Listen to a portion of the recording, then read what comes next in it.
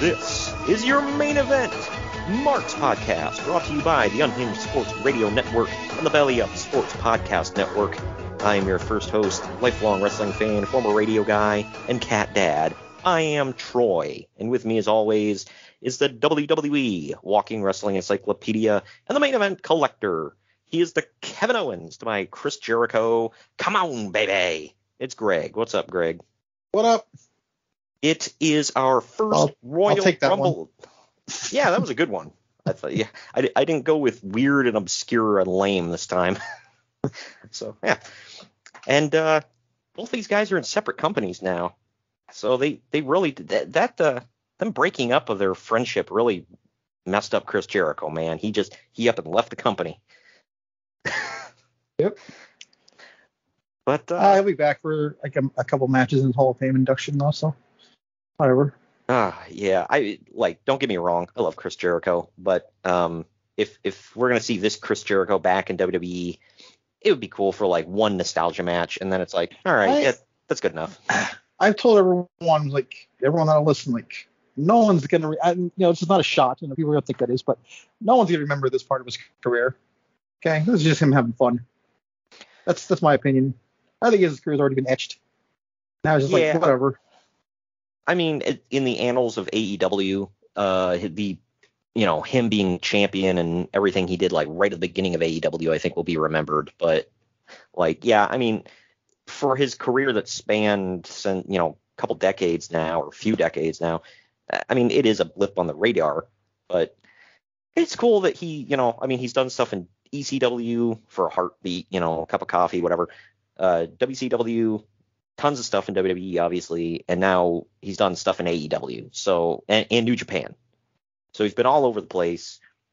It's kind of cool. And like you said, he's just having fun now because it's like, what's the point? He's already cemented his legacy. So it's kind of like what's a good example? A guy like Emmitt Smith. Can't think of anyone off the top of my head. He cemented his legacy with the Cowboys. Then he had that horrible run in Arizona, but nobody remembers that. Or with Jerry Rice going to the Broncos and the Seahawks. Nobody remembers that. Okay, come on. I vaguely remember him on the Seahawks. See? Vaguely. There you go. Yeah. Just because you're doing this stuff, that's not going to stop your chance of going to the Hall of Fame. It's just like, whenever Raider did that. Yeah, he was, but he did well there too. So, but he's a Niner at heart, and as he should be. But yeah, but he was Niners and Raiders, and after that, whatever. Right. Well, this one, we are only going back 5 years. It is our first Royal Rumble of the year. This, man, is one of my favorite times of the year because while you and I kind of talked about how January is kind of just there as a month, it's like, everything's over. It's still cold outside. Nobody cares. The good thing about bro, it's at the beginning of the year. Nobody cares, bro. Christmas is over. Jesus celebrated, all right? We'll see you next year, bro. Right. He'll probably say that born again Christian, so it works. Yeah, right. But this is the one good thing about January. Every year it gets me excited. Well, and Wrestle Kingdom, I fully too. agree, but also to go to your earlier point, it's at the very tail end of January. Right. And Wrestle Kingdom just happened. As of this recording, I haven't seen it yet. It is 3 nights this year. Mother of God. But all in all, I'm looking forward to seeing it because it's usually a very fun show. So those are the only 2 really good things about January. And it looks like Impact might have a fun pay-per-view. Or Sin, Oh, yeah. Yeah, that's how dreadful. We're talking about the things that make January worth it, Greg, not things that bring it down. And then this year, I'm going to a buddy's house to watch Royal Rumble again, just like I did last year. And last year, we ordered chicken wings and sat around and watched the Rumble and had fun. So I'm going to do the same this year.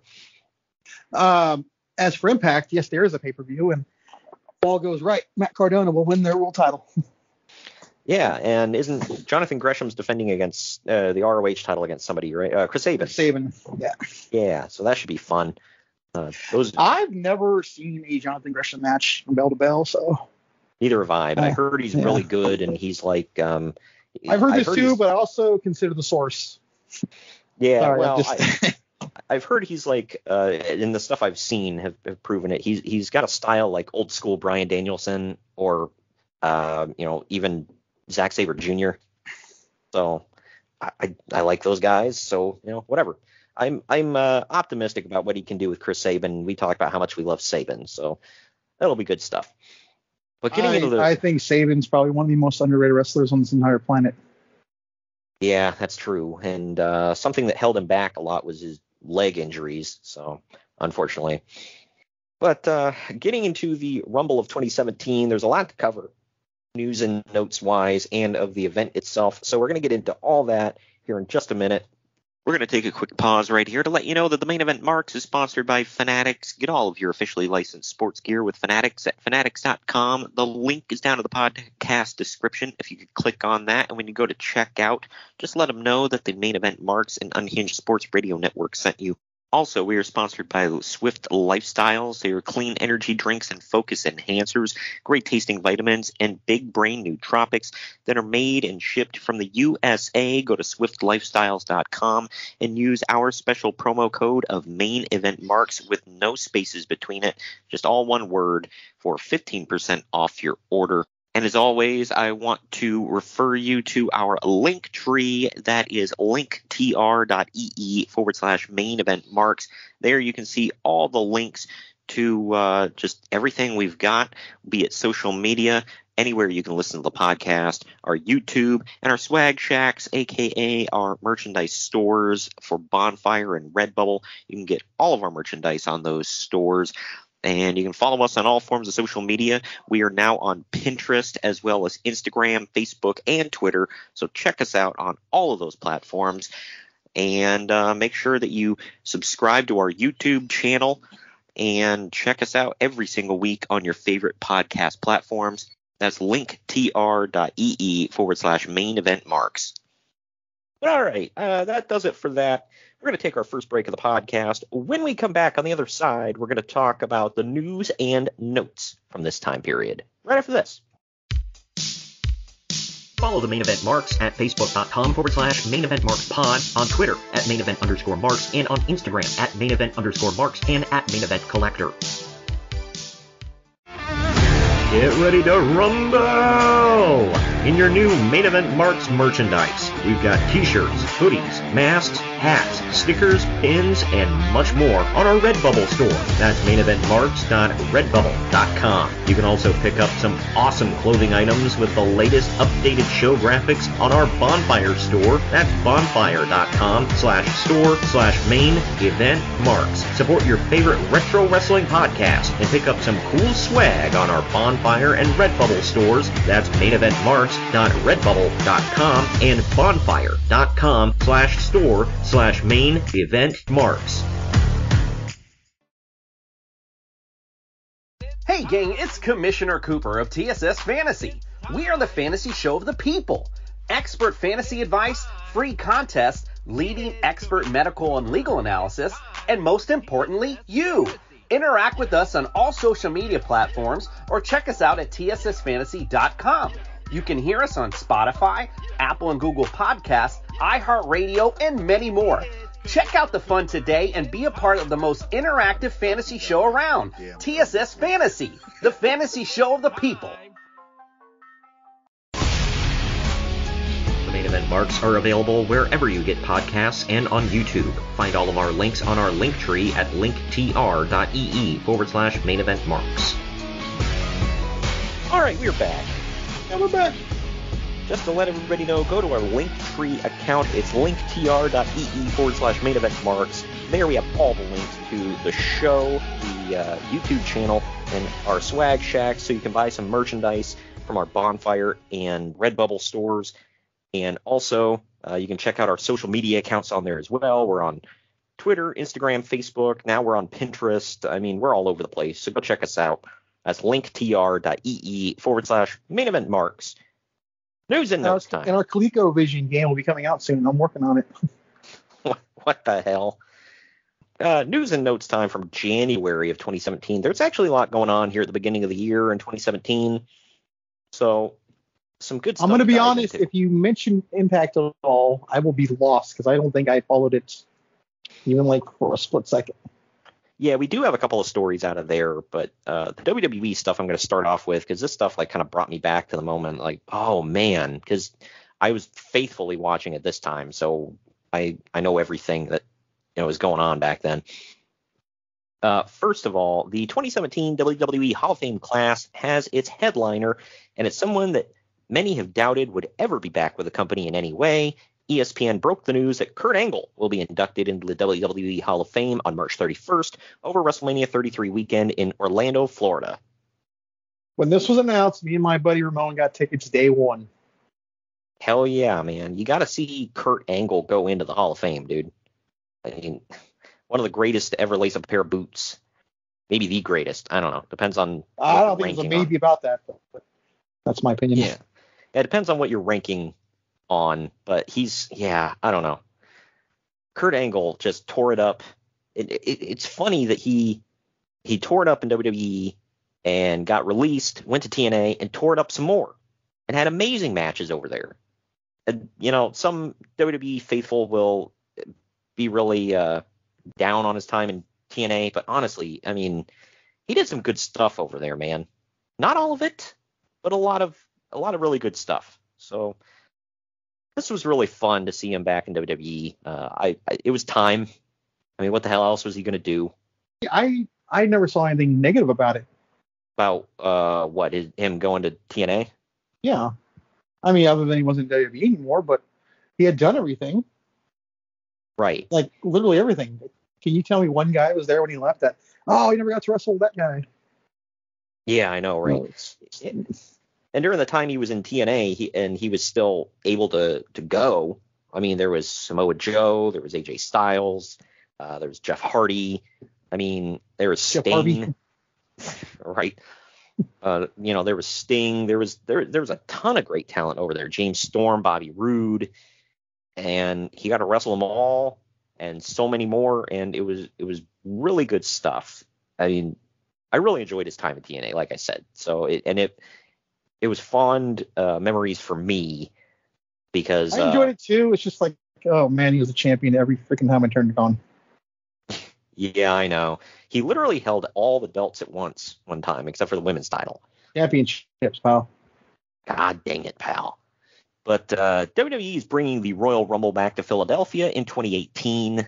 Though much of the focus is on this year's Royal Rumble at the Alamo Dome, Philly.com broke the news that Thursday morning that the 2018 Royal Rumble will take place at the Wells Fargo Center in Philadelphia, Pennsylvania. The event will be held on January 28th of next year. This comes just 3 years after it was home to the 2015 event. The 2015 event. Yeah, remember that one. Yeah. And I remember us talking about that because I was like, man, last time they were in Philly, Roman won, and the booze, just like even The Rock. Oddly enough, though, when he won the WWE title at same arena in December following that, they cheered him heavily. Yeah, right. Go figure. Well, even The Rock came out and it's like they booed The Rock, and The Rock had this look on his face like, I can't believe it, I'm getting booed.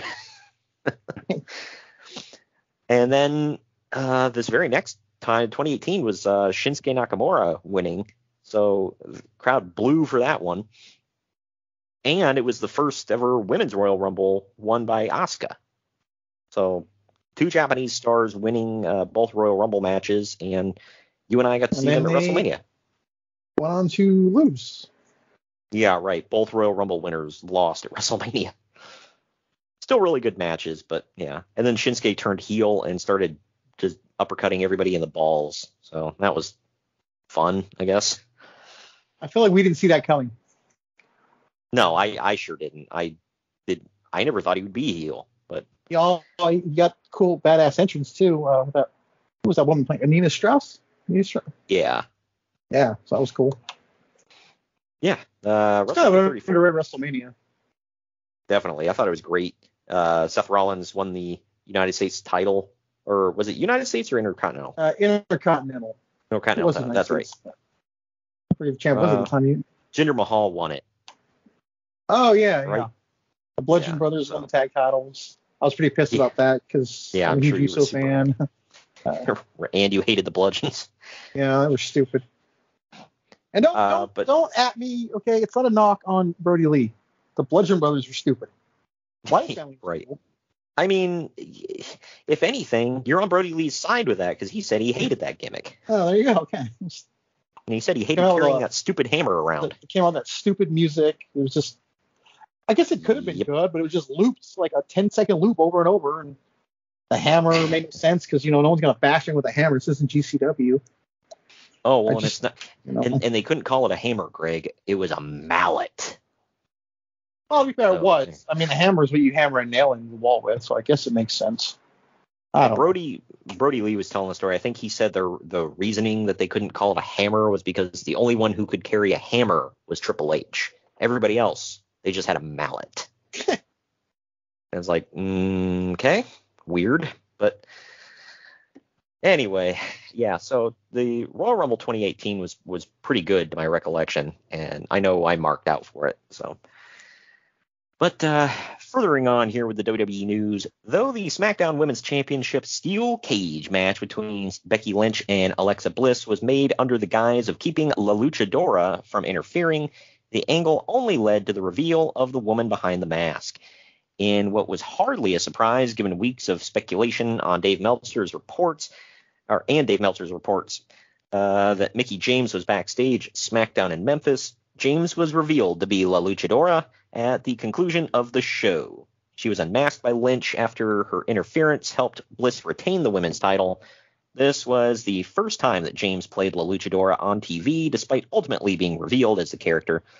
James signed a contract last year to return to WWE as a member of the SmackDown roster after being away from the company since 2010. Another former TNA personality jumping ship here. I mean, back to the company they started with, but you know what I mean. From the company they started with. Yeah. Yeah, well, wasn't she with CM Punk and TNA earlier in her career? Oh, yeah, that's right. I forgot. Yeah, she was Alexis Lurie, and then she went then she popped up in WWE as Mickie James, her real name, oddly enough, not a gimmick name. And then she went to TNA. It's a shoot name, bro. Right. Yeah, because I was surprised. I always thought that Mickie James was the gimmick name and Alexis Lurie was her real name. And I looked it up and I'm like, what? WWE's like, we'll just go with your real name. Like, they usually don't do that because, I mean, they like to own trademarks and everything, and they can't own Mickie James. But yeah, I don't know. That's why it confused me. Do you remember that whole thing Chelsea Green was talking about? WWE tried to trademark her name. Yeah. That's not even possible. I think you can trademark the name, but you can't stop someone from using it if it's their given name. I think I said that. Yeah, I don't know. It's just weird. Like, I don't know. I don't know. Think about it. Like, there's some certain names like that sound real. Like, it can really be someone's name. So. Yeah. Well, that one just the whole story confused me because I mean, yeah, you can trademark a real name because like you and I had talked before about how Michael Shane in TNA had to stop calling himself Michael Shane because there was a real Michael Shane in WWE developmental and WWE trademarked his name, so and they had to stop using didn't even use it. Yeah, right. I can't remember what the hell they called him in the Gemini. Did they just call him Gemini 1 and 2 or whatever? I don't remember. I feel like the name Jesse was there, but then it was Jesse and Festus, so I don't think so. Yeah, I don't know. Nobody cares enough about the Gemini to remember. Who cares, bro? Bro, they were big and they were bald and they were in TNA as the Dicks, bro. Oh, weren't the Dicks just the Dicks? They were. What were they? Or no, I think. Let me see. They were the Johnsons. My bad. They dressed like giant penises and they were the Johnsons. Dude, that's clever. Dude. Yep. Bro. Man, I get it. Johnson's an innuendo, bro. Yep. Good Lord. It means penis, bro. I didn't have to say it, but I just wanted to say it. Bro, it means pee-pee, bro. I have a feeling that's how he would have said it. Oh, it's like his pee-pee. I mean, he did write the whole me choppy choppy you pee-pee thing, so Bro, I'm gonna cut off his wiener. It's going to be gone forever. Right. Why do I feel like he would say wiener? I feel like he calls it a pee-pee, like he's 5. Wow. But moving on from WWE, though the match had been known about for a while, Ring of Honor officially announced that the Young Bucks would face Matt and Jeff Hardy at their upcoming Supercard of Honor show at WrestleMania weekend. Yeah, and it would happen. Yeah, and that would be the very last indie appearance for the Hardys. They literally, the Hardys. Yeah. Didn't they? Wasn't that like a ladder match? And then that was ladder war. It's like 48 or whatever the hell they were up to at that point. Yeah, right. And that was their last. That was the night before they showed up at WrestleMania, correct? Yeah, it sounds about right. They usually run on Saturday, right? Yeah. Yeah, I think so. Probably right on that. That's why everybody was speculating there was no way they were going to be at Mania. And then, sure enough. Listen, we were down the street from the Orange Bowl, like before WrestleMania. There was a bunch of stuff going on. Mm-hmm. And I'll never forget, they were there. And it was down the street. They had like the whole street blocked off, like something you would see in Times Square. They had a ring in the middle of the street, fences all around with like stuff covering the fences so you couldn't see through because you had to pay to go in. And in this little bar right next door, Matt and Jeff are in there doing like a photo ops. They're doing photo ops with people. Matt's dressed up as Broken Matt, and Jeff's got like all the weird makeup on and stuff. And we're talking an hour and a half before the show. Wow. Okay? And it's down the street too, so it's not like it's very far. We literally walked from this place to the Orange Bowl, or the Citrus Bowl, whichever one it was. Whatever was in Orlando, the Citrus Bowl. Yes, yeah. Anyways, I think orange, citrus, all the same thing. But yeah, when they showed up there, so it's like it wasn't out of the realm of possibility, but you saw them at something else, so you're like, oh, damn, they're probably not going to be there. So. Well, I guess they kayfabed a lot of people because they were, there were people with them and they're like, yeah, we're going to go back to the hotel and whatever. And they literally like went back to their hotel and then snuck out. There's a special, like a 24 special on the network on Peacock for WrestleMania. And you can see them arriving on a private bus, sneaking out, sneaking backstage. And they got hoods on and stuff. And, wow. Yeah. I guess they did that to Chris Jericho at least once, maybe twice. Well, they try. And fans get pictures of him at the airport. Yeah, everybody's got to be a dick. Look, it's him. He's here. Yeah, right. And then he tries covering up. He's like, I have a concert in the area. I was like, sure. Adam Cole, or whoever is Ring of Honor World Champion, will be facing Christopher Daniels for the championship in the main event of the company's first pay-per-view of the year, the 15th anniversary event on March 10th in Las Vegas. The show will take place at Sam's Town. Daniels was the winner of the Decade of Excellence tournament, which featured 8 wrestlers who had started with the company over 10 years ago. God, it's so sad knowing where we are now. Yeah, I know. And this was a high point for Ring of Honor, too. I'm telling you, man, I think when the Elite didn't re-sign with them, that was kind of the beginning of the end, because like that was like what 5 or 6 headliners that just left in one fell swoop. Yep. It's kind of like when ECW got on TNN and then Taz and the Dudley Boys were all leaving. Oh, I know. Well, it's like people pointed out there like it's kind of a I don't know. You can kind of call it a dick move from the guys from the Elite that went to AEW because they held that all in event in 2018. Now in the archives, by the way, where Ring of Honor put a lot of money into it and a lot of equipment into it and helped them out and helped them promote and whatever under the guise that, we're going to be working together and whatever. And this is going to be great for us. And then now we're using it to start our own company. But thanks for the help. Yeah. Kind of sucks. They're all flocking there now. Yeah, right. Yeah, well, Ring of Honor talent's all splitting up and going somewhere. Either way, now we are getting into the Impact stuff here. You probably know about some of this just because it was in peripheral news and whatever, but I don't know. And you and I had talked about some of this before. In a move expected since the end of 2016, Anthem Sports and Entertainment officially announced that they had entered into a definitive agreement to acquire a majority interest in TNA Impact Wrestling. The media company also owns the Fight Network, a big player in the combat sports in Canada and 30-plus countries, as well as TNA's exclusive broadcast partner in Canada. In a press release, Anthem announced that Executive VP Ed Nordholm would become president of Anthem Wrestling Exhibitions LLC. As for Dixie Carter, the release said that she would step down as chairman of the board and join the advisory board for Fight Media Group. She will remain a minority equity stakeholder. I don't think a down-home Southern white girl is a minority of anything. Wow. Yeah, I don't think she stuck around very long. I feel like she's gone right after this, but I don't know the history of that. I stopped watching it. So. Well, I mean, I don't know for sure. Obviously, I have no inside knowledge on any of this stuff. But what I'm thinking is she probably came in and was like trying to, hey, why don't we do this? And how about this? Whatever. And they're like, oh, you still work here? I pretend. Yeah, and she's like, what do you mean? I don't get a say anymore? And they're like, yeah, you own like 5% of this company, so just go home and collect a paycheck. In fact, if I was Anthem, you're pretty liberal with that. Oh, go get a paycheck. From what? You don't have a paycheck. You need to be making something.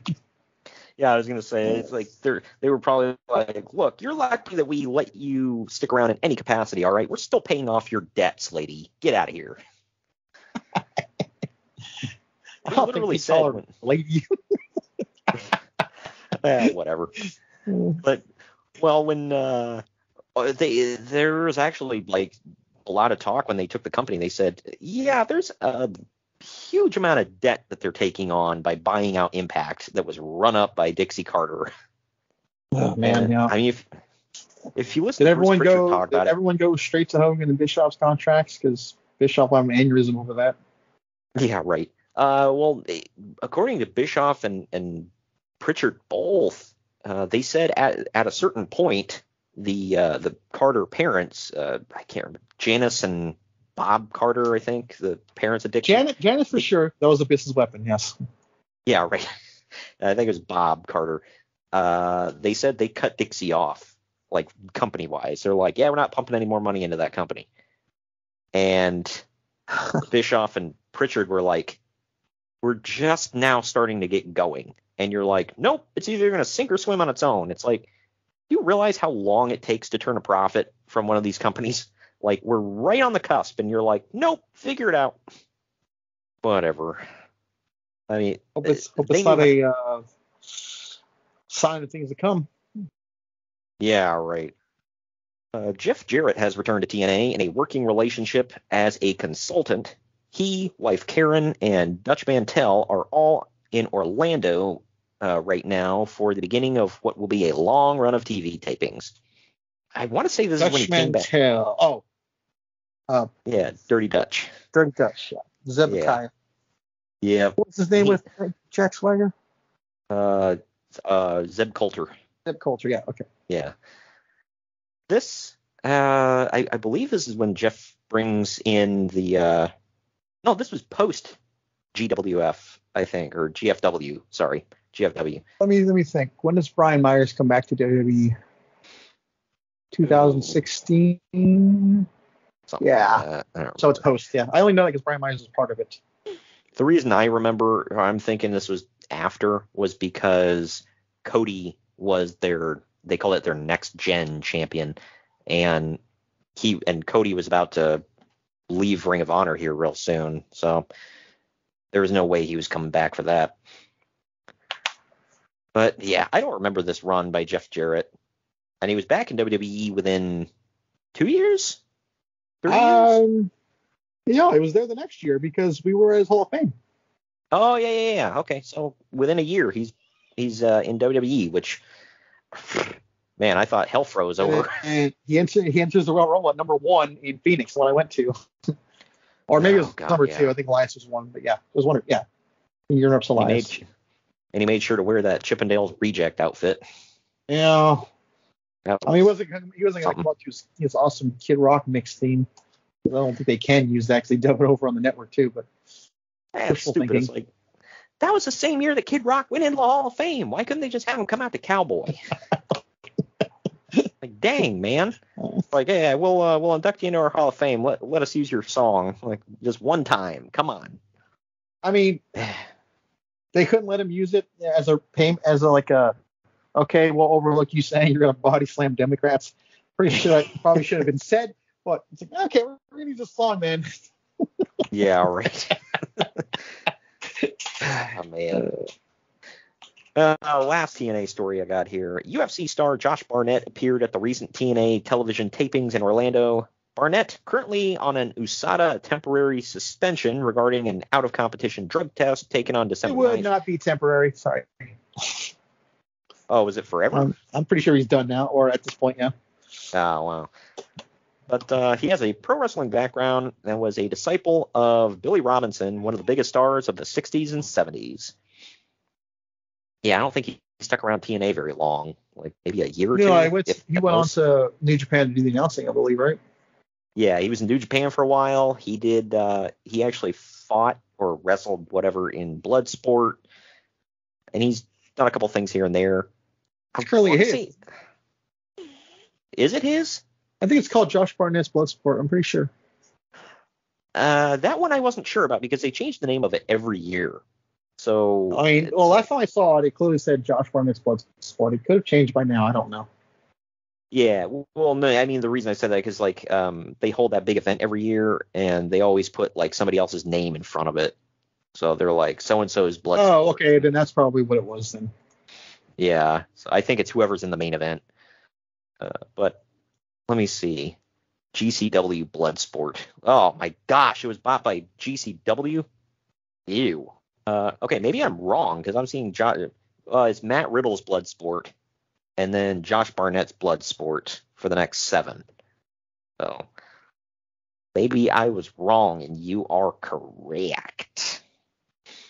GCW just lost their biggest star in history, by the way. If you say Nick Gage, I'm gonna crap a brick. I wouldn't even joke about that. No, I was talking about Matt Cardona. Oh, thank God. So you were being serious. Yeah. As they do every year on January 4th, New Japan Pro Wrestling presented their biggest show of the year as Wrestle Kingdom 11 took place at the Tokyo Dome. Cody defeated Juice Robinson. Adam Cole, baby, defeated Kyle O'Reilly to win the Ring of Honor World Title. But the main event was Kazuchika Okada defeating Kenny Omega to retain the IWGP Heavyweight Championship in about 45 minutes. Old finger, you know what? Okay. Finger bang, yeah. I think sure. I think this was their first of 3. Because I know there was one here, there was one at Dominion. I can't remember the third one, but yeah, they did like 3 matches in 1 year, I believe. So. And they all outstarred each other, right? I believe so, yeah. Because you should hear freaking Dave talk about it. He's like, well, I gave Ric Flair and Ricky Steamboat 5 stars, and I mean, it's like this. I thought this was better than that, so I had to give it more. Like, God dang it, I don't even know what to say about that. And don't get me wrong. I mean, it was great, but no. Yeah, like don't get me wrong. I loved all 3 of their matches, loved them. But and if you want to hear us talk about the Flair Steamboat trilogy, we did that our very first year actually back in 2019. Or no, 2020, I'm sorry. I try to forget 2020 happened, so that's why my mind went to 2019. But yeah, very early on. Full disclosure, I'm sure we did something in 2019, but anyways. Yeah. Well, 2020, the summer of 2020, we covered all 3 events that the trilogy took place at, so go check those out. But anyway, last story from New Japan. After Steve Corino left ROH for a job at the WWE Performance Center, where he remains to this day, by the way, Don Cyrus Callis will be the new lead English color commentary voice on New Japan Pro Wrestling World. Sorry, what's his name? Don Cyrus Callis. I thought it was Don Fallis. Sorry. Okay. Oh, yeah. I missed that one. Yeah. I don't know why. It's so stupid and funny. It's low hanging fruit, yet it's hilarious. I thought he liked Callis though. That's the part that gets me. He doesn't like him anymore because he's hanging around finger bang. So it's like his legit buddy, isn't it? Yeah. I think he gave Kenny Omega his start in wrestling actually, because he used to run a. Come on, you got to overlook that, Dan. No matter what you think of him. Well, he thinks that everybody should ostracize Kenny Omega and boil him in oil and sell the fat for soap. So what the shit? It's just that image. All right, sorry. That's what he says, man. No, but look at Kenny Omega. How much soap are you going to get from that fat? That's the one thing I've heard him say good about Omega. He says, that's what I'll say about Omega. He looks like a wrestler. Can't deny that. Like, okay. He acts like a goof, but yeah. He acts like a freaking goof, but yeah, you're damn right he looks like a wrestler. Vascular. All right. Last few things we have here are actually big stories out of the UFC. And I know we're a wrestling podcast, but this is close enough. This is real combat sports here. This first one is actually. What are you saying? I don't know. It's still real to me, damn it. Although I told one of my friends that's been in the wrestling business, indie wrestling business, I just want to preface that. I know who you're talking about. I know exactly what you're talking. Shut up. One of my friends that's been in the indie wrestling business for a couple decades now, I had said something to him about something being a work, whatever, and he's like, as long as there's money involved, it's always a work. And I'm like, wow, you're cynical. That's the definition of money, to be fair, but I don't know if I'd agree with that. Yeah, no, because his thing is that all sports are worked. It's like, it's really hard to work something like football. I mean, yeah, the officiating you can mess with, but. That's one of your more ignorant statements. That's a quote from somebody. Hey, we'll leave it alone, though. Yeah, right. Yeah, so everybody, I don't know. But either way, Mark Hunt filed a lawsuit. I should probably, I'm not going to repeat the name. He filed a lawsuit in Nevada District Court against the UFC, Brock Lesnar, and Dana White. ESPN's Brett Okamoto reported the story. It's a landmark case because Hunt is claiming that the defendants affirmatively circumvented and obscured fair competition for their own benefit. Hunt has been threatening legal action, feeling that his career has been harmed by facing people who've cheated. Hunt was upset because he felt that Lesnar was not punished enough for a failed drug test before their fight took place, and that he went into the cage without knowledge that Lesnar had already failed a test as a result of the June 28th test that didn't come back until after the July 9th fight. The tough aspect of this case is that Lesnar failed for hydroxychloroquine and not for steroids or another PED. So while there are two failed drug tests on June 28th and July 9th, there is no evidence that specifically ties Lesnar to PED usage for the Hunt fight. Okay, first of all, this is still going on to this day. I just saw an update on it yesterday. Seriously?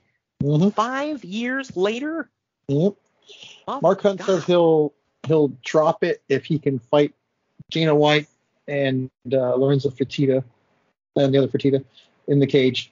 Yeah, that's gonna happen. Whatever. So stupid. Mark Hunt wasn't even a good fighter. Don't say. No, he was boring as hell. I never got the appeal. And there were some major Mark Hunt supporters on Twitter. I found that out when I trashed him a couple times, and I got buried for it. Yeah. I'm like, is this a thing? Like, people, they're like, well, he's one of the best heavyweights on the roster. And I'm like, what roster? Not the UFC roster. I don't know. He was overweight. He had no ground game, and he was a pretty decent boxer. He had power to him, but he had no gas tank. He's fat. I don't know. And Lesnar made him bleed. Well, here's a story involving. It's not like Lesnar beat the hell out of him in that fight. By the way, that fight sucked. Let's not forget. Yeah, that. I remember that one. Overlooked. I remember that one. That was the one where he was in WWE at the time, right? And he had the one fight he came back for. Yeah. Yeah, he came out to his WWE theme song, which I thought was kind of cool. But right. Yeah, the fight was because I was all amped for it, and I watched the fight, and I'm like, oh, It wasn't Go back and impressive. watch it, everybody. I guarantee you'll be watching two guys who don't want to get hit. That's what they were doing. They were avoiding getting hit. Yeah. Brock's like, don't touch my pretty face. Don't give me another giant ass scar. Yeah, which is still a problem to this day. I think they now use it as like a battle, as like a, what's the word I'm looking for? Like a trophy. Yeah, like a badge of honor, yeah. Yeah, badge of honor, yeah. Yep. Well, this next story involves somebody that I found out a couple weeks ago that, you hold in high regard. Cody Garbrandt and TJ Dillashaw will coach the Ultimate Fighter Redemption. The two will now be that's featured. kind of fading. Sorry. I was just going to say the two will be featured as coaches on the next season of the FS1 series before meeting in a title fight. I was at that title fight. Garbrandt got knocked the hell out. No, that's not why I'm like fading on him. I'm fading on him because he's lost it and he keeps going in there and getting beat up, and I don't want to see it. I'm not like turning on him. I just, when you like somebody and then you're losing it, you don't want to see him keep getting knocked out. Garbrandt? That's what's going on. Yeah, it's just horrible to see. Yeah, because a few weeks ago you called TJ Dillashaw TJ Dilladouche. So. He is. I don't mean no one likes him really. But, I don't know anything about him. So. He's a snake, man. He left Uriah Faber's camp for Dwayne Ludwig, for basically probably for money, just pissed on everything that made him. So that's why you hate him. I think it's on this. I think it's on this season. What you're talking about, where Conor McGregor is a guest host, or is it this one? I don't know. But sure. Conor McGregor calls him out on one of them. He goes, "You're a little snake in the grass. I won't trust you," and he got pissed at him. Nice. That's pretty bad when Conor McGregor's questioning your integrity. Right. What's that? Another Jim Cornetteism. He's an asshole. He's in your face asshole. And he doesn't hide it. Yeah, right.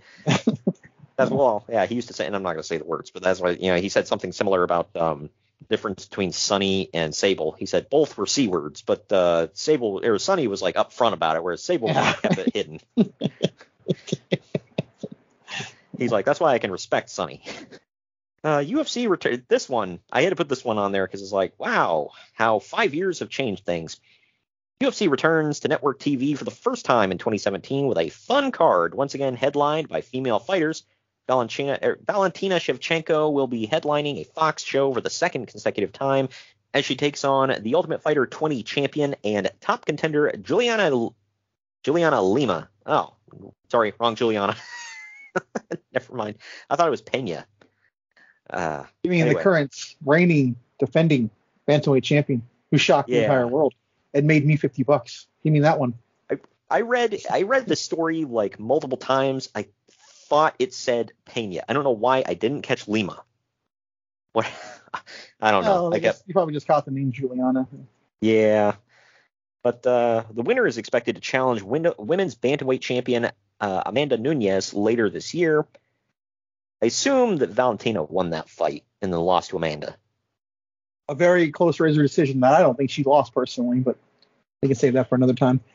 Yeah. Yeah. Well, hey, I mean, now that Amanda has fallen, maybe she can take on Valentina. And this is the one that we're talking about now in UFC. This is a completely different Valentina Shevchenko. This is a completely different one. This is like when Saul Alvarez lost to Floyd Mayweather. That's not Canelo. Okay, they're two very different people. Like, I don't think we'd go her way. I think Shevchenko would knock her out easily this time. Yeah. I know it sounds weird. It's two different fighters. It's night and day. You think Shevchenko would get knocked out? No. I'm saying Shevchenko would knock her out this time. It would not even be. Gotcha. Yeah. I gotcha. Well, another fight with possible title implications is the co-main event as Donald Cerrone will attempt to win his fifth straight welterweight fight against fellow former 155er Jorge Masvidal. I don't think he wins that fight. Both Cerrone. I like Cerrone and Masvidal, but I think both of them kind of, especially Masvidal, but I think both of them kind of went downhill recently, haven't they? Masvidal, yeah, but Masvidal not so much, but he has got knocked out a couple times, but Cerrone's been falling every fight he fights, so yeah. Yeah.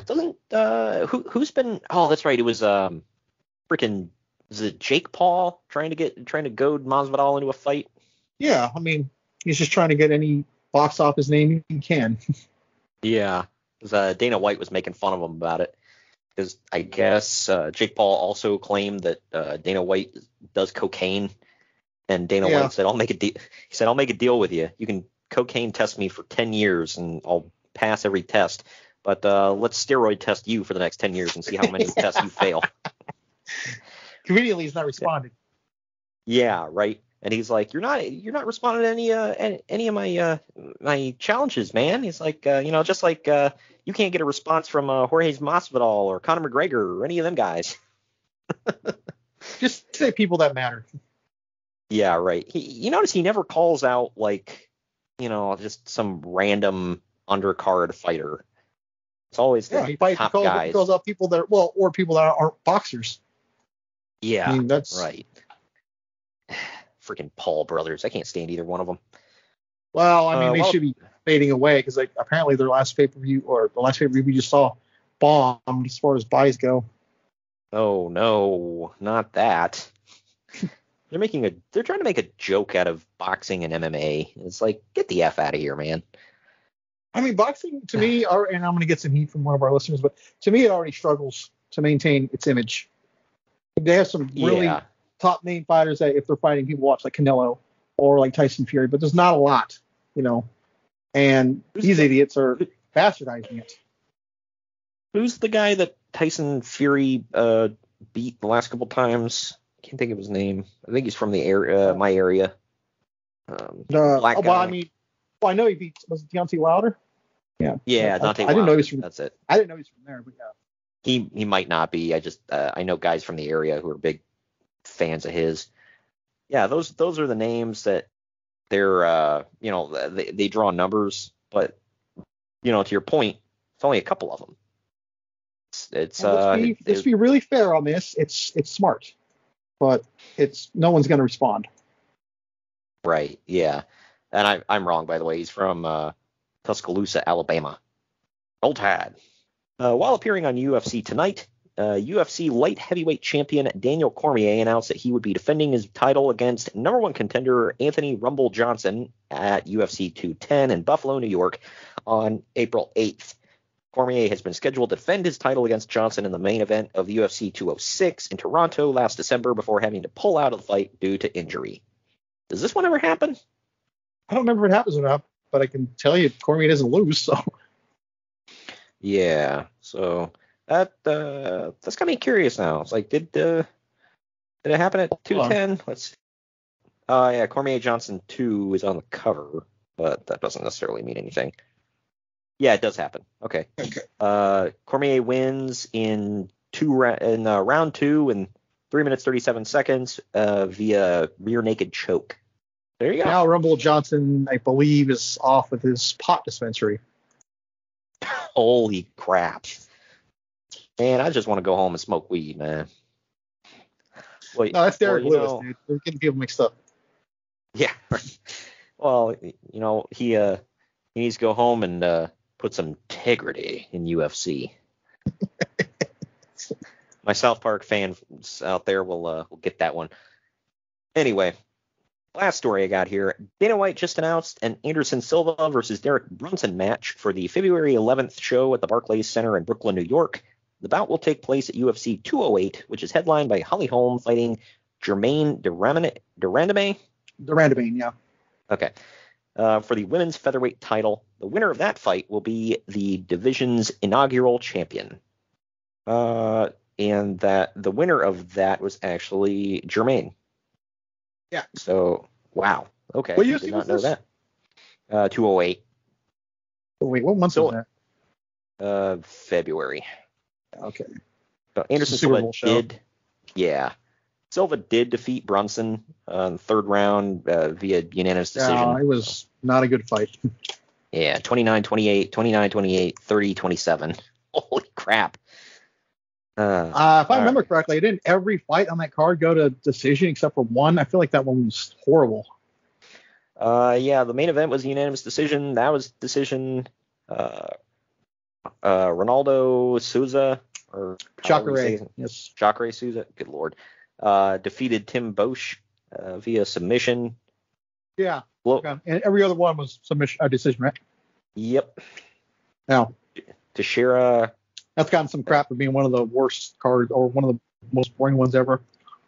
It was like one of the first ones in New York too, when they got like one of the first ones, and just Even the prelims, the entire prelims, all of them went to unanimous decision. What the F? I think I remember watching this. It was bored out of my mind.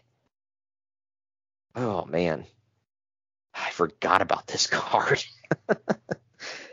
Anyway, that does it for the news and notes. I think it's time to take our next break. When we come back, we're going to dive into the Royal Rumble 2017 right after this. Follow the Main Event Marks at Facebook.com/Main Event Marks Pod, on Twitter at Main Event _Marks, and on Instagram at Main Event _Marks and at Main Event Collector. Good morning, good afternoon, good evening, and good night. My name is Thomas, and what's your name? I'm Alan. Alan. Oh, yeah. We're brothers. That's right. Yeah. Same mother and father. Your room was... Oh, we shared the room. Shared a room. We shared the room. Thought I knew your face. Yeah, we go way back, mate. Yeah. We should do a podcast then. We have. We do a podcast. We do a podcast. What's it called? The Broadcast. Yeah, that was planned. Yeah. Well. What do we do? Well, we cover all different things in the world of pop culture. We're talking about comic books, we're talking about professional wrestling, and we're talking about movies.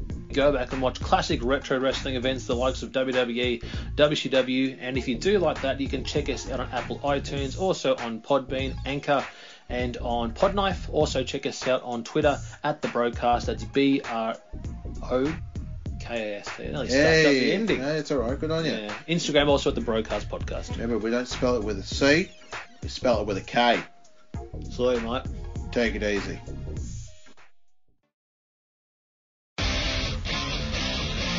The Main Event Marks are available wherever you get podcasts and on YouTube. Find all of our links on our link tree at linktr.ee/Main Event Marks.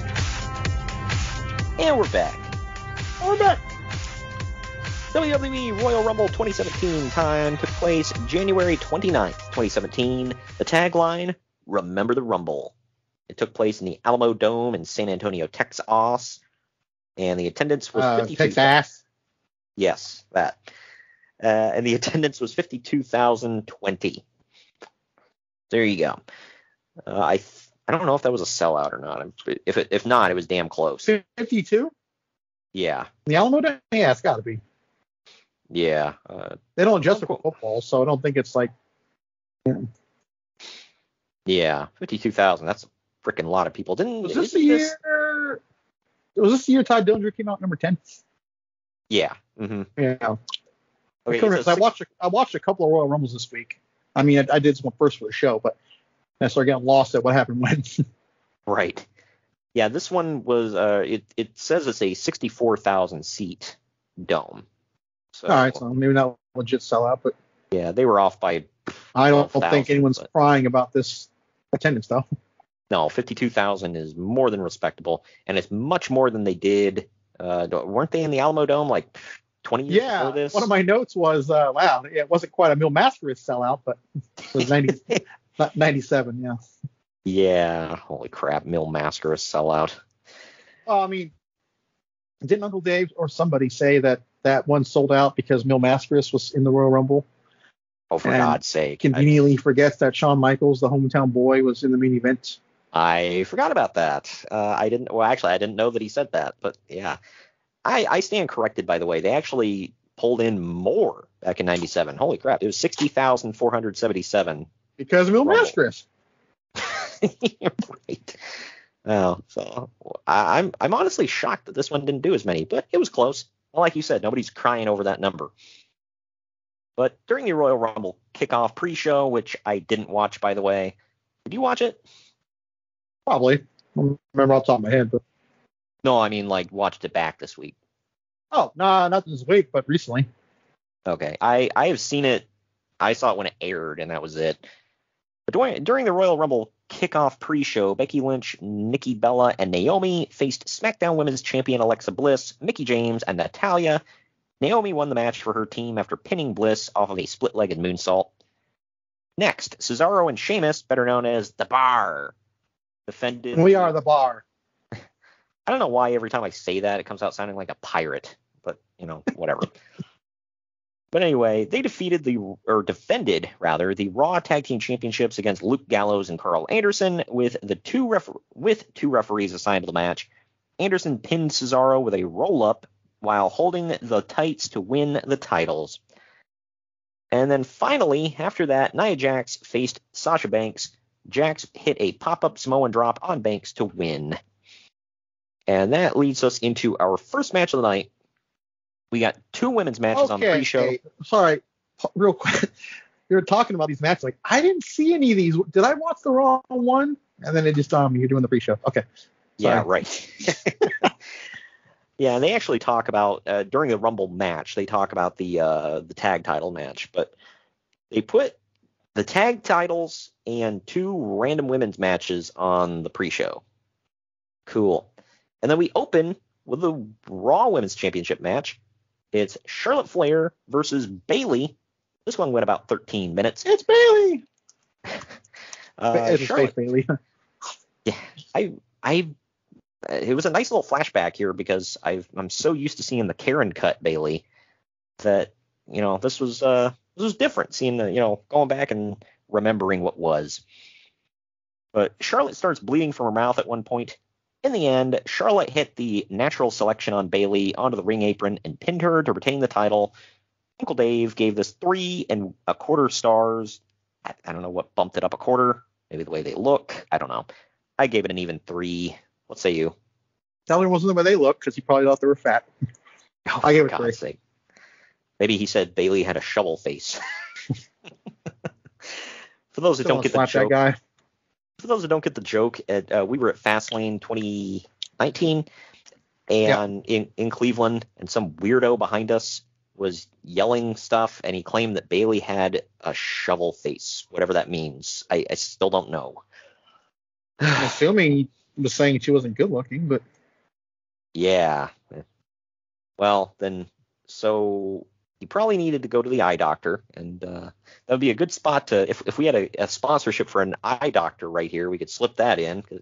Like he probably needed to see Dr. So-and-so on the corner of Who Gives a Crap and Your Mama Boulevard. But anyway, I've seen better matches out of both. Not that this wasn't a good match. I thought it was 3 stars. It was really good. But I've seen better matches out of both of these women with different people. That was one of my notes. I'm like, well, that's not exactly what I said, but I said we've seen better between these two. Still wasn't bad. Yeah.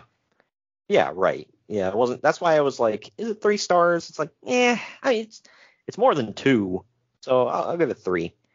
This next match is Kevin Owens. He is defending the WWE Universal Title against Roman Reigns in a no disqualification match with Chris Jericho hanging in a shark cage above the ring. This one went just shy of 23 minutes. Go. I completely forgot about this match and that it ever happened. And I remember laughing so hard the whole time. Oh, man. Yeah, this one was something else, man, I'll tell you. So stupid yet so good because of that. Well, you know what I'm going to say first off, Greg? They hit one of my pet peeves. The champion entered first. Well, according to Jesse Ventura, the champion gets that right. So that's what they do. Oh, yeah. Good grief. Yeah, I don't know. That was better than anybody because you brought it up. You're like, oh, man, you're going to complain. But when Roman comes out, Jericho jumps Roman, but Roman beats him up and locks him in the shark cage. Owens and Reigns battle through the crowd at one point. Roman did not put a face mask on, so that was different. At one point, Jericho drops. Yeah, it's a sign of the times. Yeah, right.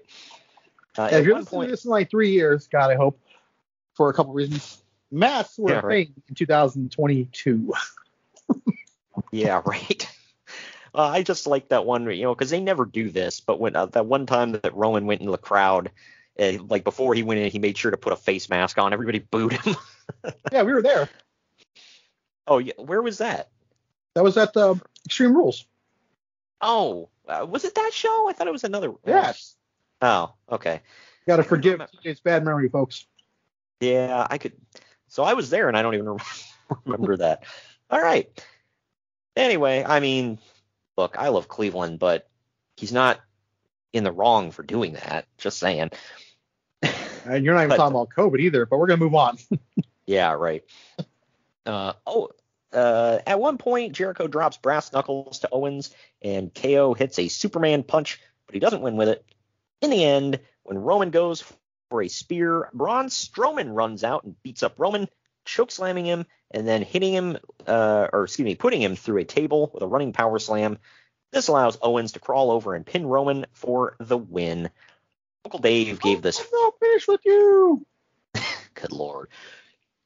I always loved when he just, and I'm thinking that wasn't planned. He just yelled something out, and he's like, "Come get these hands!" And then it just blew up, and then everybody loved it. The best stuff is spontaneous, like the Suplex City bitch. Like, that was spontaneous. But Uncle Dave gave this 4.5 stars. I gave it 3.5. What say you?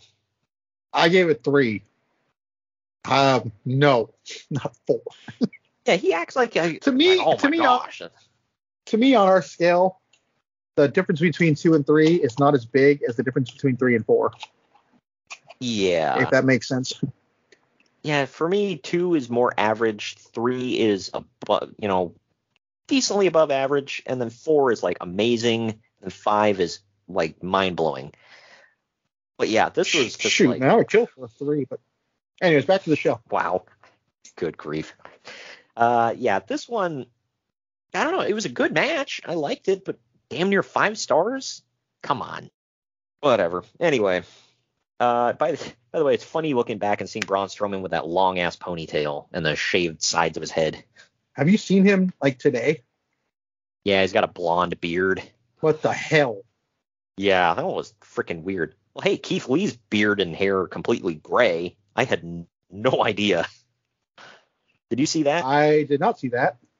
Yeah, he's completely gray now. Like, okay. But backstage, Stephanie McMahon tells Mick Foley that the shark cage was totally ineffective. Foley said that he'd address it on the next night on Raw, right before Shane McMahon and Daniel Bryan walk in. Shane and Stephanie have a pissing contest over who gets to spin the tumbler for the Rumble numbers. Sami Zayn then comes in and is a total buzzkill, annoying the crap out of everybody. I like when he's like reaching in to pick the ball after he tumbles it one more time, and he's like, oh, some of these are dented, and Daniel Bryan's like, Sammy, would you just pick one? And he is still doing that to this day. Maybe even more. Oh, yeah. Annoying the piss out of everybody. But and according to everybody, that's just him. I can't remember who it was talking about that. They said what was funny was they were all standing around backstage like brainstorming something, and Sammy's just okay, I got all these ideas, and he starts like blah blah blah blah blah blah blah, and Cesaro's like, Sammy, can I say something real quick? And he goes, no, and he goes back to his story. Like, oh, that's how you get it to go your way, to be fair. Yeah, right. That just reminds me of the CM Punk thing where he said whenever he was wrestling The Miz and The Miz would call out a spot, CM Punk would say no, and he'd do what he wanted.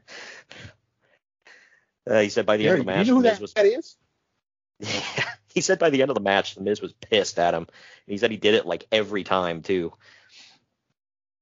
But anyway, he finally picks a ball, and before he can even open it, Dean Ambrose walks in, constantly looking over his shoulders like he's like nervous about something. And he says, someone said there'd be churros in here. Are there churros in here? And everyone assures him there are not any churros in there. And Dean picks his ball from the tumbler before telling Daniel Bryan to wake him up when his music's playing. Sammy's still being annoying, and Dean asks him if he wants him to open the ball for him, and Sammy goes, would you? And Dean reveals that Sammy will be number 8. He then says, oh, wait, it was upside down. 8. That was so stupid, yet hilarious. I know. I loved babyface Dean Ambrose. This stuff was great. But Ambrose then says that he wants everybody to be surprised by his number, and he leaves. Up next, it's Rich Swann defending the WWE Cruiserweight title against Neville in 14 minutes. It's weird to see. Handle it. It's weird to see Rich Swann again because I'm like, oh yeah, that was a thing. And then I was just like, when Neville's walking to the ring, I'm just waiting for Justin Roberts to yell out, the bastard. But this was during his think, King of the Cruiserweights run. Rich Swann's about to be a dad, I think they said on Impact. Oh, really? With Sue Young? Mm-hmm. Oh, wow. Well, she ain't going to be wrestling anytime soon. But she doesn't wrestle really anymore. It feels like. Well, I guess we know now why. Well, no, it's been a hell of months, though. So, yeah. I don't know. She's weird, man. She goes back and forth with that Susie character, and then was it Susan? Susan and Sue Young. Yeah. Yeah. Like, Suzanne is just okay. a Karen, by the way, if no one knows. Yeah, right. And Susie is like some, like, looks like she came out of an anime. Came out of a box. Wow. But this was during the time when the Cruiserweights had their own ring mat, ring ropes, and commentary team. I forgot about all that. And as of recording, by the way, that division is about to be dying in 3 hours. Really? Yeah, they're unifying it tonight with the North American title. The North American title. Oh, wow. Okay. So it's Roderick Strong, Carmelo Hayes. I think they said it's called the North American Cruiserweight title, which I hope doesn't stick, because that sounds bad. Yeah, that's kind of dumb. Yeah, it's one or the other, man. The North American title, by the way, is clearly Triple H wanting to pay homage to the NWA because it's the same color scheme, similar design. Ugly as hell, yes. Wow. Yeah, it's better looking than the NWA North American title. I don't know if you ever saw that thing, but yeah. I did. It's literally just a cutout. Going on what we just said, what are we really saying? Yeah, right. But anyway, this one is fairly average until near the end. Then it heats up for the last, 4 or 5 minutes. In the end, Neville forces Swann to submit to the Rings of Saturn to win the title. Uncle Dave gives it 3.5 stars. I give it 2.5 for average. What say you? I gave it 2. It was decent. Yeah, it wasn't bad. I got to the point where I'm like, it's almost over. Yeah. Neville did better stuff in WWE, and he's doing better stuff now, like match quality-wise. I mean, yeah, I know. It's like, where are you, man? Like, I don't know. I blame COVID, by the way, because I don't think he's going home to England, so I don't know what the hell it is. Right. Me and my buddy got to see him live and saw an amazing match of his on Rampage, him versus Andrade El Idolo. So that may be one of his last one-on-one matches till now. It's sad. He's such a great wrestler. I thought they were going to do more with him, but I love it when this stuff happens and then all the hardcore guys shut up. I'm like, well, you should go to AEW. You'll do this. I'm like, it's the exact same thing. It's like I think both companies are guilty here. So why don't you all just shut up? I know. I thought it's like they have 2 shows. I realize one is only an hour, but it's like, damn, oversaturation. I don't know. Anyway, now we are to our second main event. It is AJ Styles defending the WWE title against John Cena. It went just over 24 minutes. These two kicked out of everything, including Styles kicking out of a second rope attitude adjustment. Finally, Cena hits the AA rolls. You mean the move that beat him at SummerSlam, I might add. Yeah, right. What was it? Yeah. SummerSlam? So, I think so. I don't know. No, I think it was on a random Raw. SummerSlam AJ won. Didn't they have a trilogy like this year? Yeah. Or bleeding over from the previous year. Mm-hmm. And all three. People forget about that trilogy when they're talking about, Omega and Okada around this time period. I mean, it's fantastic. It was they were very different styles and whatever, but it was still amazing. And not one of them was bad at all. Cena hits the AA, rolls through, and it's a second AA for the win. Uncle Dave gives it 4 3/4 of a star. Can't imagine what shaved off a quarter. Well, I can't possibly give this 5 stars. It might hurt my heart. But I gave it 4.5. What say you? I gave it a solid 5. This was the match of the year, I believe, for that year. It was really damn good. I don't know. I struggled to. It might have been 5. I mean, I would have a hard time arguing somebody saying it was 5. I don't know. I felt 4.5 was sufficient. I would have to see their other matches because I can't remember if this was my favorite or if there was another one. Because like I said, there was a trilogy, and SummerSlam is like one of the greatest matches in the history of wrestling. that might have been the one I'm thinking of that I liked the most, but I can't remember. Either way, after the match, John Cena celebrates with the crowd with his newly won WWE title. Didn't they say that was number 16? Mm-hmm. Yeah, so he tied Ric Flair, in the WWE record books. I mean, in reality, Flair is like a 20-sometime freaking champion, but who the hell knows or keeps track of all that crap? I like that. In reality, he is. Well, yeah, that means you're saying like his actual last WCW titles mattered. Yeah, where he literally was handed the title by Kevin Nash. Wasn't that it? I think that was number 16. Yeah. That's a hell of a way to win your 16th world title. But either way, real quick, we get a recap from NXT TakeOver the night before where Seth Rollins calls out Triple H. I remember this. I geeked out. I was like, holy crap, Seth Rollins is in NXT again. But he calls out Triple H. Triple H comes out and then sends security after him. On Facebook Live later on, Triple H says that Rollins challenged the Creator, but the Destroyer isn't far behind. He then says, we'll see who's the man. This led to their epic match at WrestleMania, which I loved. And it's just funny now. Like we're talking about like a main roster guy appearing there, and as a recording tonight, 2 main roster guys are going to be on the show. Yeah, on New Year's Evil. So. AJ and who's the other one? Riddle. Oh, right, yeah. Yeah, so that'll be cool to see. But this led to a great match, and I didn't realize it's like because at the time I didn't watch the show, so I caught up with it later. Seth Rollins was clearly a huge Game of Thrones nerd because he kept calling himself Kingslayer here, and that's an homage to a character on Game of Thrones. And then he at WrestleMania 34 he came out as the Night, dressed like the Night King. So, and then WrestleMania 35, he's the Beast Slayer. Yeah, that one was funny. And people forget, by the way, that WrestleMania 33, right? Yeah, 33 match. He had an injured knee going into it. Remember, we thought the match might be off. I do, yeah. Yeah, because he like blew out his knee or something. I was like, no. And then he came out. I was like, oh, thank God. And he had an amazing match with Triple H too. So. Good stuff. Speaking of good stuff, he's not the best in the world or anything. if he's not, he's like, if he's not 1A, he's 1B, or close thereafter. Either way, no Tokyo Dome. Well, hey, I saw some people arguing. They were like, really, Roman Reigns isn't even considered for number 1? Like, come on, man. Tokyo Dome, man. What do you not get about this? Hey, failure to communicate here. I mean, AJ Styles did wrestle in the Tokyo Dome, and he's not considered the best in the world by Uncle Dave. So he's not in AEW either.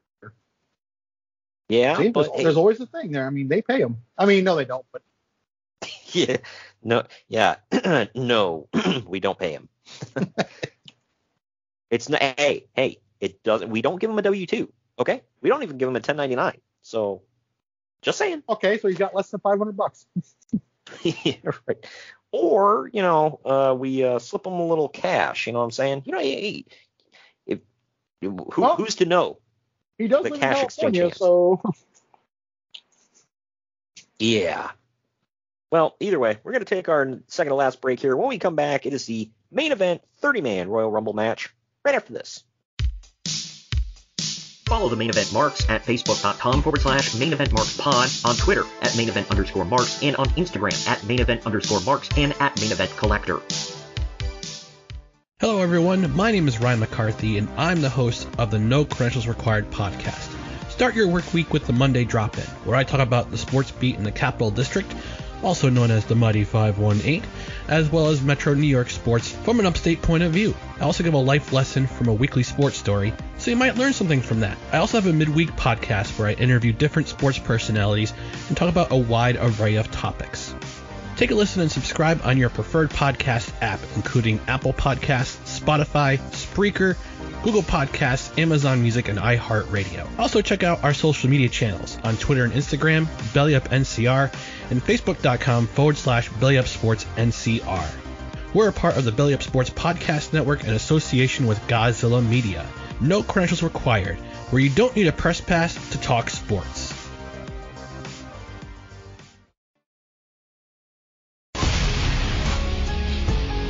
Main event marks are available wherever you get podcasts and on YouTube. Find all of our links on our link tree at linktr.ee/main event marks. And we're back. It's the main event time, 30-man Royal Rumble. It went an hour, 2 minutes, 6 seconds. Quickly running through some of this. Stop me here if you have any comments, by the way.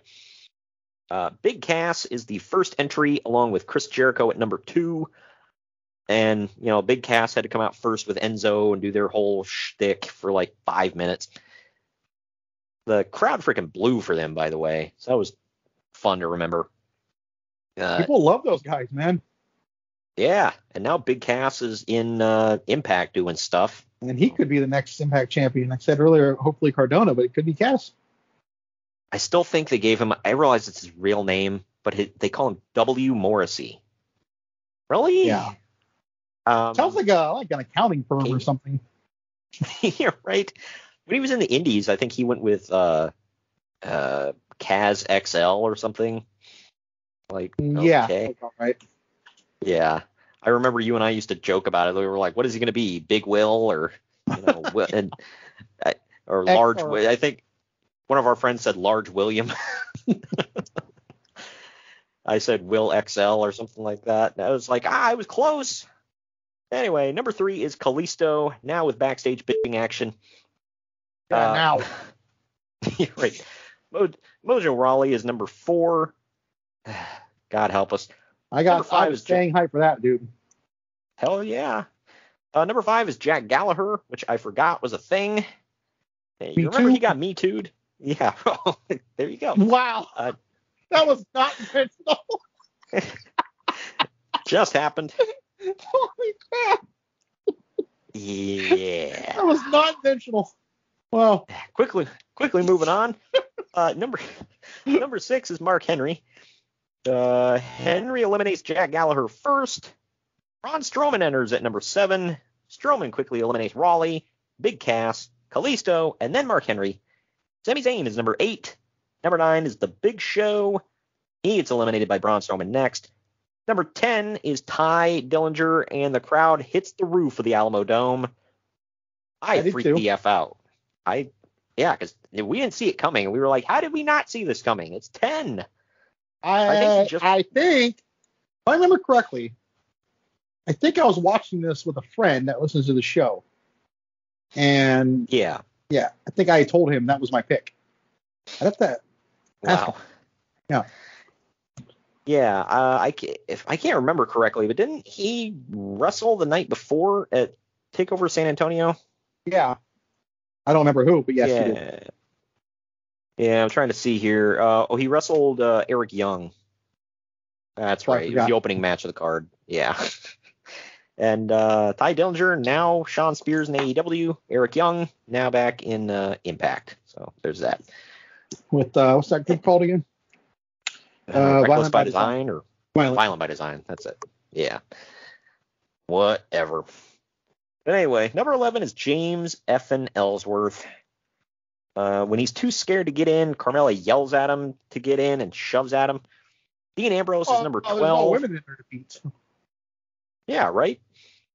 Dean Ambrose is number 12. Dean tricks Ellsworth to get into the ring, and Strowman eliminates him. Baron Corbin enters number 13. This was the Baron Corbin that I liked, by the way. Anything after this gimmick, I didn't give a damn. Not saying I don't like Baron Corbin, just saying I don't like the gimmick they slapped on him. No. By the way, somebody pointed out, everybody talks about the one-winged angel, which, obviously nobody's ever kicked out of it. Nobody's ever kicked out of the NXT. Didn't Hangman kick out of it at the pay-per-view? No. Hangman hit Omega with it, and Omega kicked out. Remember? Clearly I remember, yes. Okay. Yeah, So technically somebody kicked out of it, but Kenny Omega wasn't doing the move. So nobody's he was kicked the one out of kicking it. out of the move. Nobody's kicked out of Omega's delivery, is what you're saying. Gotcha. Right. So Omega's the only man to ever kick out of the move, and it's his move. So, but nobody has ever kicked out of the end of days. Ever. I don't know if you realize that. So somebody will when eventually Madcap Moss turns on him. Oh, good Lord. Yeah.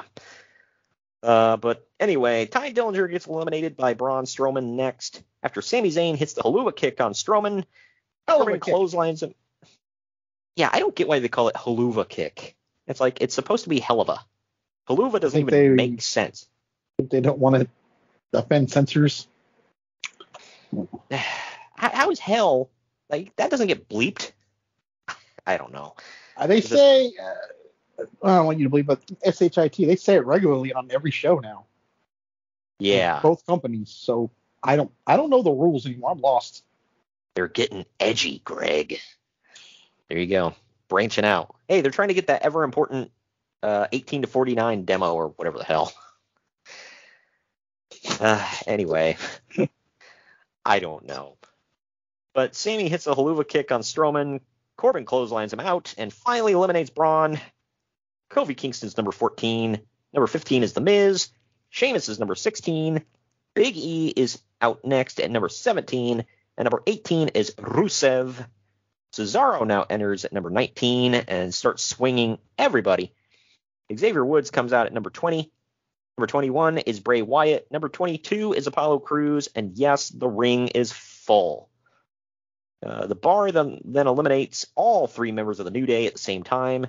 And then Chris Jericho eliminates the Bar when Sheamus turns on Cesaro and tries to eliminate him. Randy Orton now enters at... Yeah, right. Randy Orton now enters number 23, and King keeps stupidly shouting, out of nowhere, out of nowhere. I'm like, so he entered the Rumble out of nowhere? What are you doing, man? It's like, wait for your cue. Yeah. Because so remember, I think it was last week when I had mentioned to you that King spoils the Royal Rumble. I think it's right around here where someone's trying to eliminate Orton. King clearly goes, well, wait a minute, Orton's supposed to win this thing. And then he shuts up. What the hell? I didn't even catch that. Yeah, I remember I caught it live, but then I forget. It was someone was being like they were attempting to eliminate him in the corner, and King's like, hey, you can look it up on YouTube, by the way. He goes, wait, Orton's supposed to win this thing, and then he goes quiet. Wow. Holy crap. Well, he missed his cue here because he starts shouting out of nowhere, like during the entrance for no reason. And then Orton comes in and starts RKOing everybody. And it's like, okay, now you can say it. For God's sake, King. But Dolph Ziggler's number 24. Number 25 is Luke Harper, who eliminates Apollo Crews right away. When Bray Wyatt tries to get between Harper and Orton, Harper hits a spinning clothesline on him and then tries to hit Sister Abigail, but Orton RKOs him. Brock Lesnar now enters. Yeah. Brock Lesnar now enters number 26. Lesnar eliminates Ambrose and then Ziggler before destroying everyone with suplexes and F5s. Number 27 is Enzo Amore, and Corey Graves geeks out because he says he's going to get murdered. And sure enough, he gets destroyed by a Lesnar clothesline and then tossed out. And by the way, I think I forgot to put in here, after the RKO, I think Orton eliminates Harper. Either way, number 28 is Goldberg. The fans explode like it's pyro. But Greg, nobody likes Goldberg. He was never over. Oh, hell no. Oh, God, I want to see this guy. Yeah, right. So half the damn building's there to see him. But, whatever. You have your dumb opinions. They all chant his name. Yeah, but the Undertaker. No, they pipe that in. Oh, well, yeah, of course. Yeah. Goldberg then hits a spear on Lesnar and clotheslines him to eliminate him. The Undertaker now enters number 29. The lights drop, and when they come back on, Undertaker is in the ring behind Goldberg. He actually surprises Goldberg later on from behind and eliminates him. Finally, number 30 is Roman Reigns, who enters to a chorus of boos. See, he gets booed nowadays, but that's because he's a heel. I don't think he really gets booed much nowadays anymore. Yeah, I know. I kind of misspoke there because now he kind of gets cheered, and it's like, what's going on? This is what we wanted you to do, so now we like you. I know. It's like, can you what was just that word boo the Brian heels? used? Fickle. Yeah, fickle. Anyway, Undertaker eliminates The Miz and Sami Zayn before Roman Reigns clotheslines him out to eliminate The Undertaker, which the crowd boos again. Roman Reigns hits the Superman punch on Jericho to knock him off the top rope and eliminate him. Then it is down to three men. Reigns then tosses Bray Wyatt, gets RKO'd out of nowhere during a spear attempt, and then Orton eliminates Reigns to win the Royal Rumble. Uncle Dave gave this 3 3/4 of a star. I gave it 3.5. I thought it was a damn good Rumble. What say you? I gave it 3 as well. I loved it. Yeah, it was really good. It's hard to rate a Royal Rumble high, but it was a really good match. I liked it. Some big names in it. They kept pumping up. Oh, it's going to be Goldberg. It's going to be Lesnar and Undertaker and all these guys. Like, yeah, that was cool. Even though Undertaker and Goldberg in the same ring, same time was cool.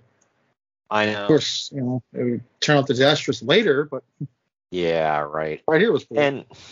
And the Undertaker was clearly out of shape at this point, but still, I mean, just seeing him is always cool. He didn't really have to do a whole lot in this match. It's a Royal Rumble, so, whatever. Doesn't have to do a whole lot ever, really. Just show up. Well, the crowd explodes for Orton's victory. I'm not sure if they were happy that Orton won or that Roman lost. Or it could be a combo. I don't know. I mean, it's right in Orton. Any city can be pro Orton or anti. You never know. I personally hated the ending of this Rumble. I wanted Roman to win, and I did not have any interest in Randy Orton winning. I've never been a Randy Orton fan.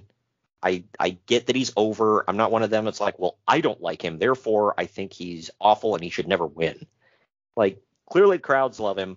He gets, tons of cheers, but I don't know. Just never been a big fan of his. Him and Riddle are the hottest thing in wrestling right now. Yeah, I know. And everybody's waiting. Everybody's waiting for that big RKO out of nowhere. What I think would be cool if they to subvert expectations is Riddle turns on Randy. He's too damn high to know when to hit him. Right. That would be awesome, though. Can you imagine a heel Matt Riddle where he gets all serious and starts kicking ass? No, but I don't want that. I would. He did that in the Indies, and that was freaking sweet because he was with Walter there for a while. That was like he was just like an ass-kicking MMA guy. Ah, man. I might actually have to, because I haven't watched NXT in a while. I got to watch this. And didn't you say Braun Breaker was going? But... Well, didn't you say Braun Breaker's going for the title? Yeah, against Ciampa. Nice. Yeah, I might have now, to if tune in. Usos and New Day didn't do what they just did, this could be a match of the year candidate, but it's not going to top that. Yeah. Yeah, so I'm I don't know, I'm gonna keep my eye on that one. I did see Orton like tease the RKO on Raw, but didn't follow through with it. He does it all the time to him to mess with him, so that's funny. But Corey Graves is like waiting for it, dude, like with bated breath. We're talking that's why kid on Christmas at the top of the staircase waiting to run down there. That's why I think it would be funny if Riddle turned on Orton and then he's like, no, why? But we'll take our final break here. When we come back, we're going to go into the final ratings and what's to come next week on the podcast. Right after this. Follow the Main Event Marks at Facebook.com/Main Event Marks Pod, on Twitter at Main Event _Marks, and on Instagram at Main Event _Marks and at Main Event Collector. This message is brought to you by Belly Up Sports. No, just kidding. This is not an NWO promo. This is just me, Kyle Sullivan, a.k.a. Shaggy Von Doom, the host of Here in Puckburg on the Belly Up Sports Podcast Network. I have a hockey podcast where we talk about hockey fandom and the love of the game and where that leads you in this game we call life. Why am I on Main Event Marks telling you about this? Well, what if I told you I had one half of the world's greatest tag team, otherwise known as the Main Event Marks, the one and only Greg, Superfly Greg. He was on, and he was talking about his love of the game. So you might want to come over and check that episode out. And if you like what you hear, you can check out the rest of our incredible episodes with our incredible hockey community from PHF athletes, ESPN personalities, fathers of NHL players, and a whole lot more. Come by, follow the show, give a like, give a subscribe, and it'd be great to have you here in Puckburg. But enough about me. Let's get back to what you're really here for, the main event marks, because they are the cream of the crop. Oh yeah. The main event marks are available wherever you get podcasts and on YouTube. Find all of our links on our link tree at linktr.ee/main event marks. And we're back. Final ratings time. Internet Movie Database gave this one 7 out of 10. CageMatch.net gave it 6.91 out of 10. I gave it way higher than that. I actually gave it 8.5 out of 10 for a B+, maybe A-. I'll say A-. What say you? I as well gave it an A-. Thought it was great. AJ and Cena alone is worth the price of admission. Rumble was damn good. Yeah, the Owens and Reigns match was good. Charlotte and Bayley was great. I mean, there wasn't really a bad match on the card. I feel like when they put Rumbles in stadiums, they try harder, which is making me optimistic for this year. Yeah, right. So, I mean, this one was really, and this was one that I had forgotten, and I feel bad that I forgot it. This was really good. And looking back, it's my top 5. I honestly forgot it because, it wasn't next year, 2 years later. I was at it. But, I don't know. I feel like Royal Rumble was one of those ones that I just forget the next year if it's really good. And I don't think we've had a bad one in a while. Yeah, this was damn good, man. And I did enjoy last year's. It was real fun. I got into it. So I'm thinking it'll be the same this year. So it's always fun, even if I'm not I haven't been watching consistently in a long time, but I still love the Rumble. I'll always watch that. I'll always watch Mania, and I'll always get into it and love it. So good times, man. But next week, coming up on the podcast, we are going way back in time. This one was only in the not so far back machine. This one is in the way back machine. We're going to 1988 on January 19th for NWA's Bunkhouse Stampede Finals, baby. You excited for that one? Anyways. What? So you're not looking forward to that one? Not really. I mean, full disclosure, I haven't watched it yet, but okay. Yeah, I mean, looking at the card, maybe I'm like, I know how this goes though. So yeah, and this was Dusty Rhodes booking at its finest. It just, I don't know. Ric Flair tore it apart in his book. I guess during this time, Tully Blanchard walked up to Jim Crockett and told him, he's like, Dusty Rhodes needs to book himself against Dusty Rhodes. So wow. Yeah. It just, a lot of people were unhappy in the company at this time. You can kind of see why. We'll talk about it more next week. And but you question why I have reservations about this. Yeah, it's always fun. I don't know, even if the card's not good, for me anyway, it's always fun to go back and look at these old shows from the NWA. Gotta put some respect on them names, but I don't know. All in all, not bad. I'm hoping it's not going to be bad. But it's double main event week next week, and we're also going to be covering the NWO in WWE. Oh, joy. You looking forward to that one? Yeah, that one, it'll be fun. We're not going to be running down a show. We're going to be running down a time period. And, so that'll be interesting. And then we're closing out the month, January 26th, with WWF Royal Rumble 2001. You handpicked it. It'll be good. It'll be good. Good. I haven't watched this Rumble in years, so I'm sure it's great. I'm anxious. I loved most of 2001, so I'm anxious to watch this one back. Obviously, it's leading to my favorite WrestleMania of all time. So now in the archives, by the way, WrestleMania 17. Go check that out. All right, I think that about does it, man. Thank you for joining me today, Greg. Mm-hmm. So we will see you next week for Double Main Event Week as we bring you NWA Bunkhouse Stampede Finals and the NWO in WWE.